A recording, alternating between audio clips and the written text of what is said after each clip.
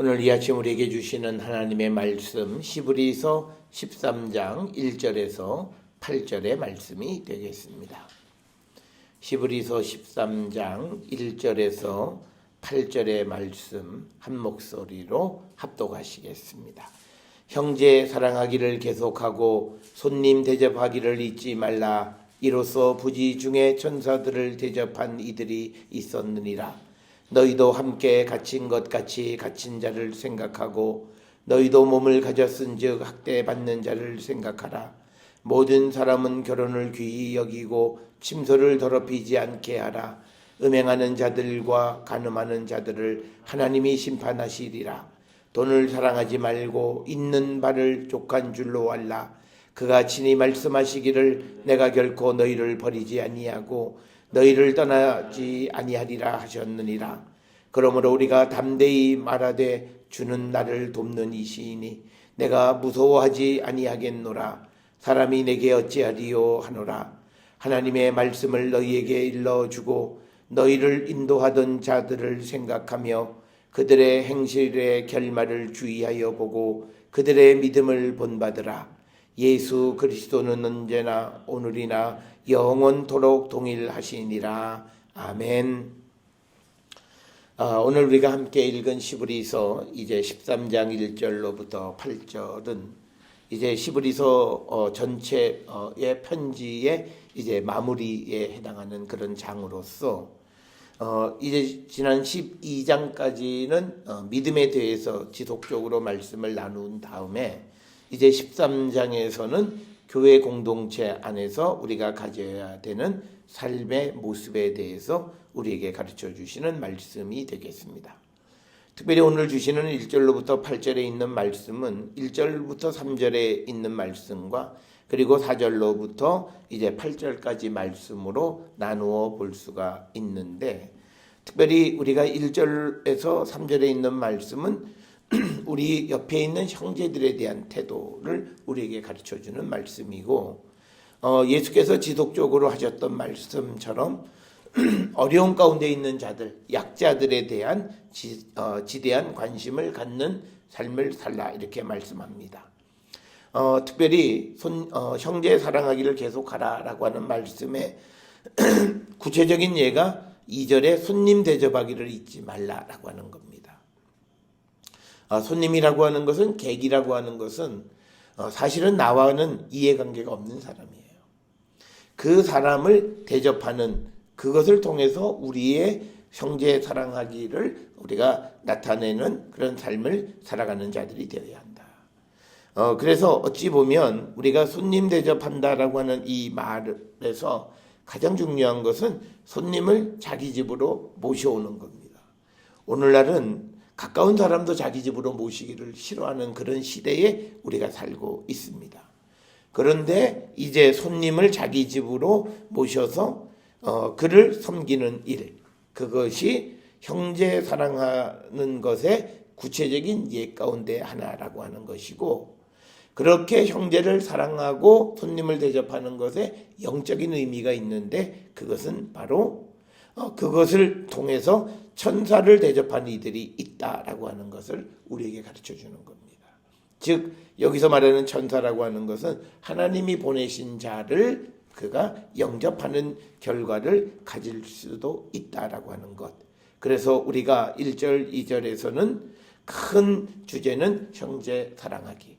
늘 복음서에서 예수님이 말씀하셨는데 그것을 좀 더 구체적으로 실천하기 위해서 손님 대접하는 것을 잊지 말라.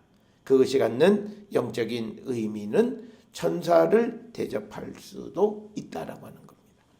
따라서 오늘 주시는 1절과 2절에 있는 말씀을 통해서 우리가 믿음의 삶을 살아가는 자들은 눈에 보여지는 것만을 바라보는 것이 아니라 보이지 않는 것 이상의 것들을 우리가 볼 줄 아는 사람이 되어야 한다라고 하는 겁니다.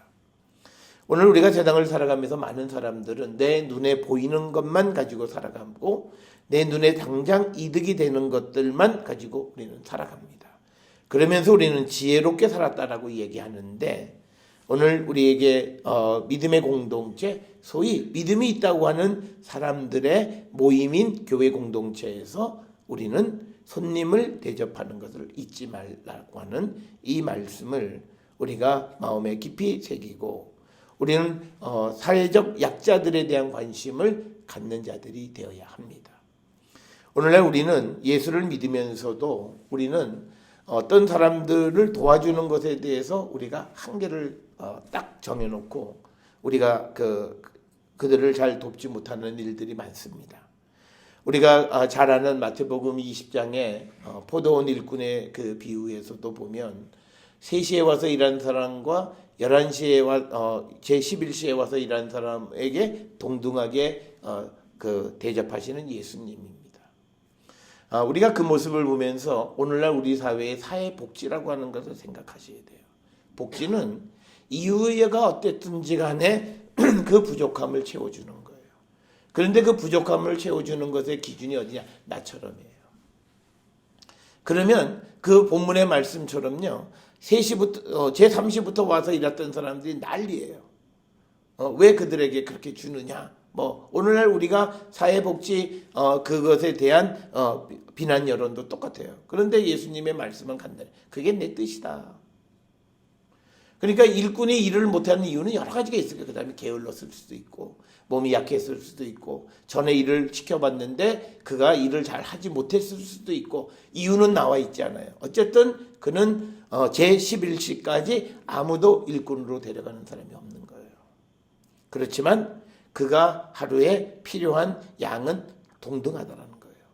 그래서 그에게 아침부터 와서 일한 사람이나 제11시에 와서 1시간만 일한 사람이나 동일하게 대접해 주시는 것. 그래서 그 항의에 대해서 예수님은 이게 내 뜻이다.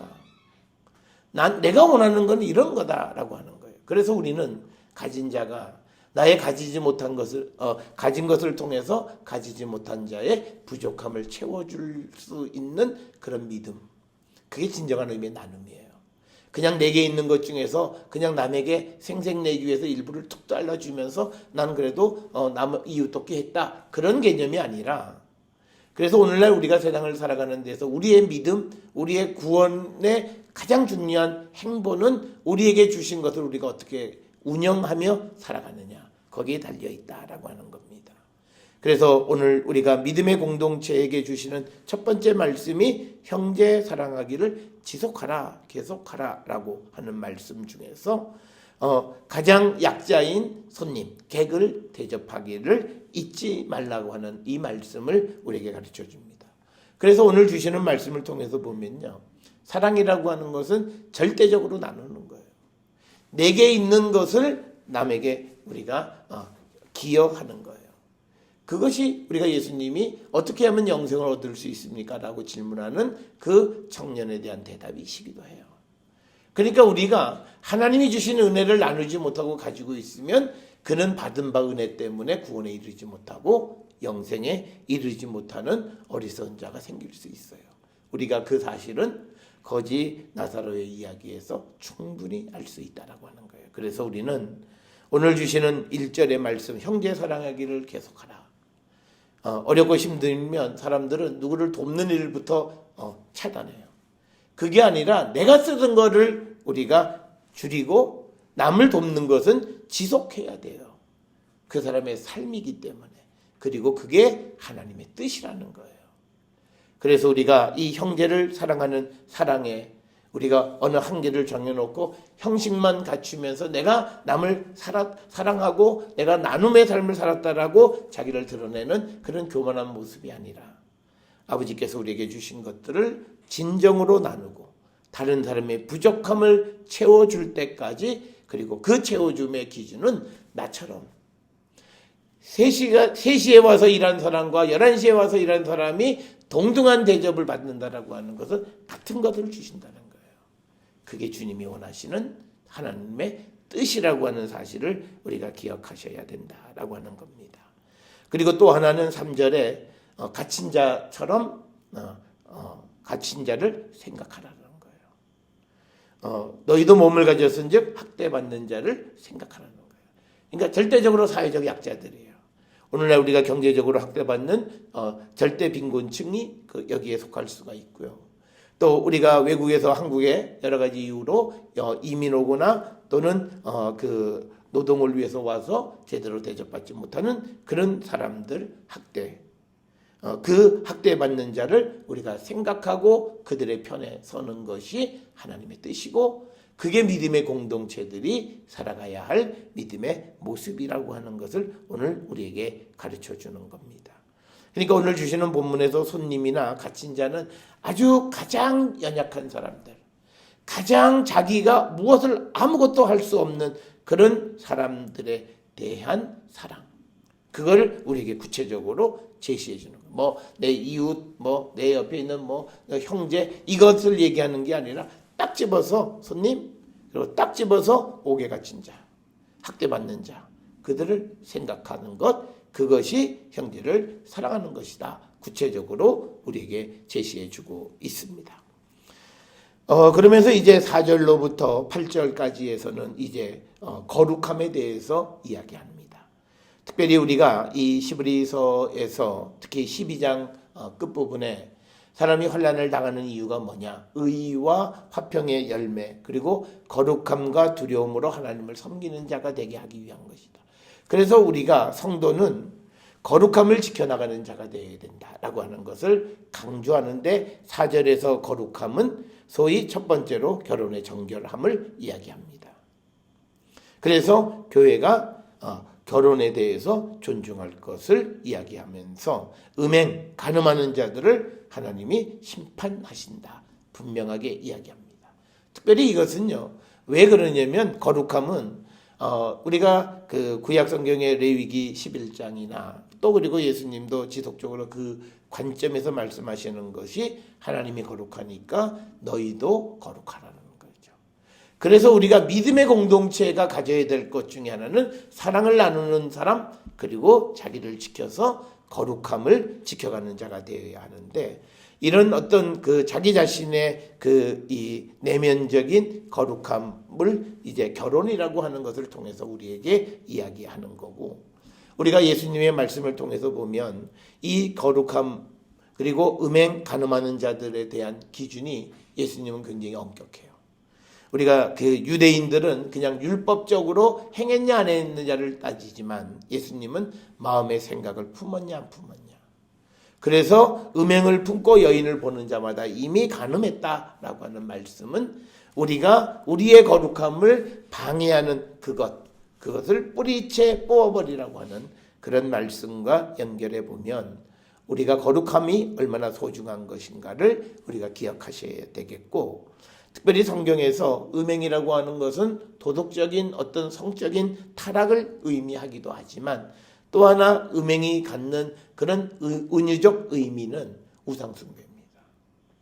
그러니까 우상숭배하는 자들이야. 그러니까 오늘날 우리가 생각하는 우상숭배의 가장 중요한 것은 예수님 말고 다른 것을 섬기는 거예요. 예수님 말고 다른 것을 더 소중하게 생각하는 거예요. 그것이 음행하는 것이다.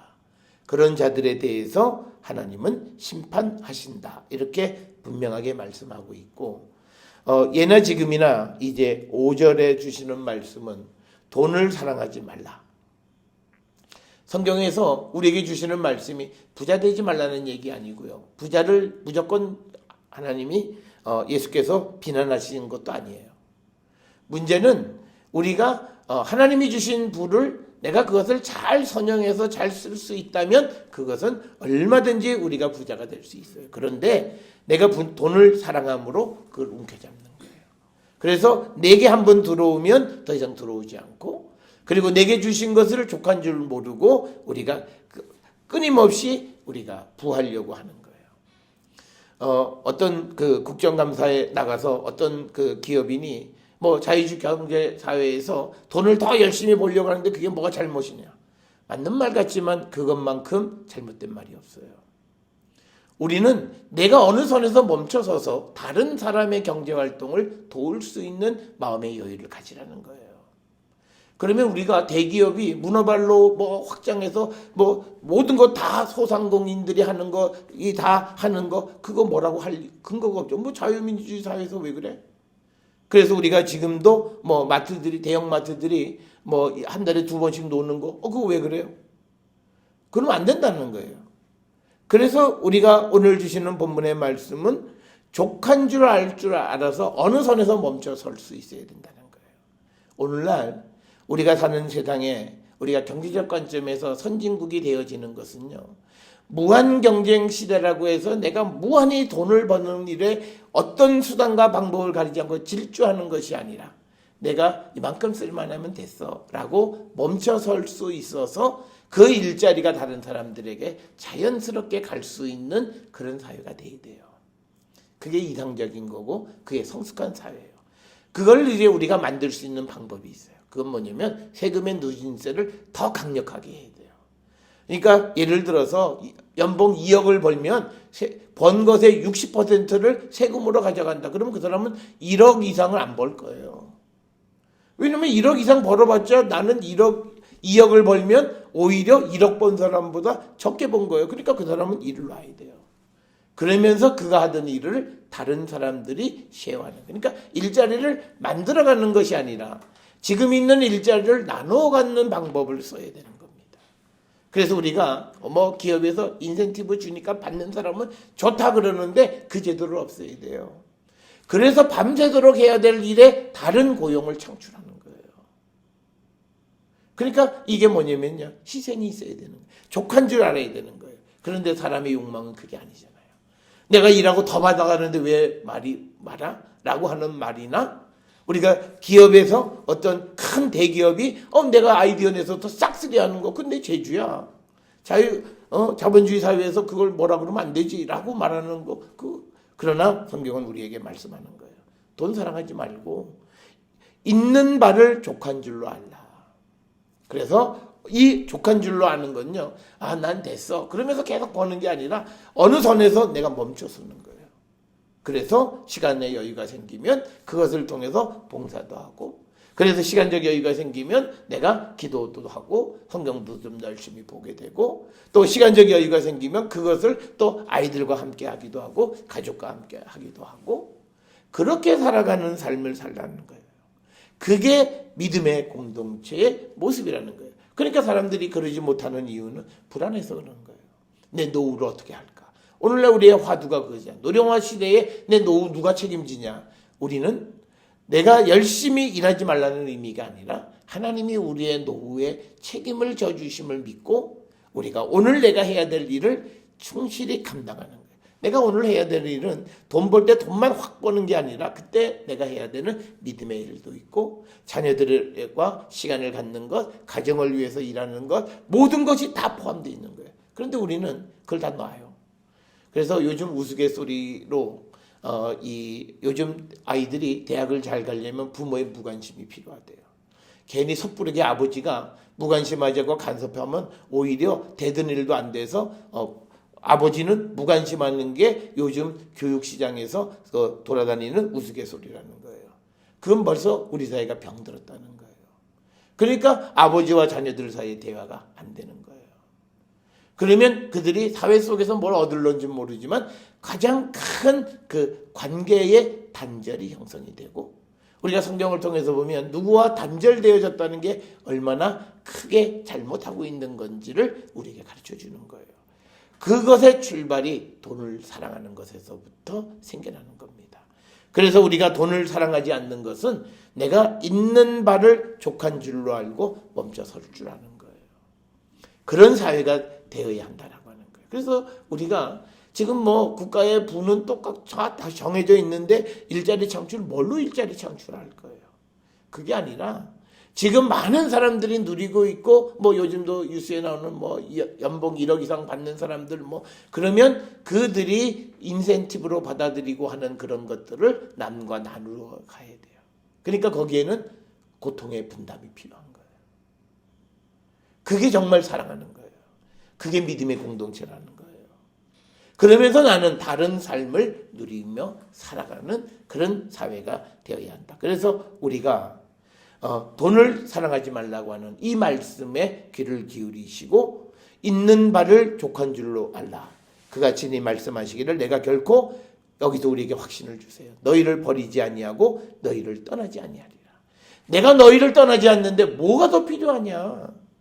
우리가 마태복음 6장에서 우리가 하나님 우리를 다 먹이시고 입히시고 기르시는데 뭐가 우리가 부족한 게 뭐가 있냐는 거예요. 오늘날 불안에 떠는 사람들에게 주시는 말씀이에요. 내가 결코 너희를 버리지 않는다. 그리고 너희를 떠나지 않는다. 그러니 불안해하지 말고 있는 것에 욕심 부리지 말고 어머니들이 애들을 키울 때 애들이 욕심 부리면 여기 더 있으니까 욕심 부리지 말고 먹을 만큼 먹고 내일 또 먹어 그거예요. 그런데 아이가 엄마가 그 다음날 그걸 싹 다 어디다 먹어버리고 치워버리고 안 주면 그 아이는 그 다음부터는 그 말을 안 믿었겠죠. 그러나 우리가 믿는 하나님은 이스라엘 백성 출애굽을 할 때 그들에게 먹여주셨어요. 그들이 일해서 먹은 거 아니에요. 그러니까 우리가 아무도 뭐라고 우리가 요즘 복지를 비난하는 사람은 40년 동안 광야에서 아주 하나님 주시는 걸 공짜로 먹은 이스라엘 백성들을 뭐라 그래야 돼요? 아무도 그 얘기 뭐라 그러지 않잖아요. 하나님이 그들에게 필요한 것을 공급해 주시는 것이 하나님의 뜻임을 이미 우리에게 보여주신 거예요. 그런데 오늘 우리가 살아가는 삶에 누군가가 그 혜택을 누리는 것에 대해서 우리는 앙당거리고 살아가는, 그러니까 정말 형제를 사랑하지 못하는 삶을 우리는 살고 있다라고 하는 거예요.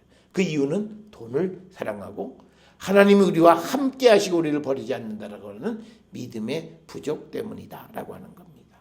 그래서 6절에 그러므로 우리가 담대히 말하되 주는 나를 돕는 이시니 내가 무서워하지 아니하겠노라. 사람이 내게 어찌하리요. 우리가 이 믿음을 가지고 사셔야 돼요. 내가 있든 없든 내가 뭘 하든 안 하든 간에 하나님 날 도우시기 때문에 사람 나 어떻게 못해. 왜? 하나님이 나는 약해. 너가 나를 얼마든지 밟을 수 있다고 생각해. 그렇지만 내게 계시는 하나님이 나를 그렇게 호락호락 너를 그냥 내버려 두지 않으실 거야. 그래서 나를 지켜주시고 나를 돕는 분이 하나님이시다. 이 믿음을 가질 때 우리가 좀 더 여유로운 삶을 살아요. 우리가 여유는 물질이 많아서 여유로운 거 아니에요. 우리가 물질이 많은데도 인색한 사람들을 많이 봐요. 제가 우스갯소리로 늘 말씀드릴 때 제가 유학하고 귀국하면서 아주 돈 많은 사람들하고 성경 공부 몇 커플하고 했는데 제가 그때 성경 공부할 때 제일 배가 고팠어요. 밤 나가면 어디 가서 꽁보리밥집 먹고, 그리고 자기들 얘기하는 거 들어보면 자기들은 점심 때 호텔에서 칼질하고 다 해서 소화가 안 되니까 저녁 먹긴 먹었는데 간단하게 무슨 수제비나 먹고 콩보리밥 먹고. 그런데 성경 공부는요 6시 반에 모이면 밤 12시까지예요. 그러니까 이게 그 당시만 해도 전 40대인데 아주 활동적으로 일할 때 아주 집에 올 때는 아주 배가 너무너무 고프. 제가 성경 공부하면서 제가 공부할 때도 이렇게 배고파 본 적이 없는데 배가 그러니까 인색한 거예요. 자기만 생각하는 거예요. 그래서 우리가 하나님이 나와 함께 하신다라고 하는 걸 믿으면서 믿음의 여유를 갖는 거예요. 돈이 있어서 여유 갖는 게 아니라 하나님에 대한 믿음이 우리에게 여유를 갖게 해요.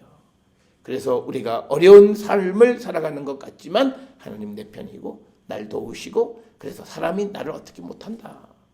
그리고 하나님은 어떤 경우에도 나를 버리지 않으심을 믿으면 내 노후를 우리가 하나님만큼 더 확실히 보장해 주는 분이 어디 있겠습니까? 이 믿음을 가지라는 거예요.